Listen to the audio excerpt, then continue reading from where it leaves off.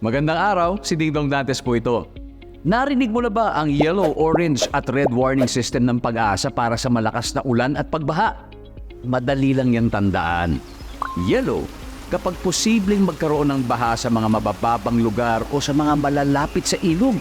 Dahil ito sa malakas na pag-ulan sa loob ng 1 oras o higit pa.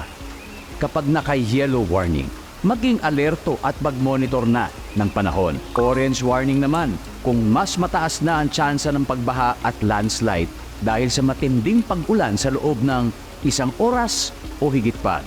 Kaya naman maghanda na sa posibleng paglikas.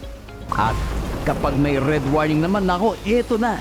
Panigurado ng babahain ang mga mapapapang lugar at magkakaroon ng landslide kaya pinapayuhan ng mag-evacuate ang mga tao.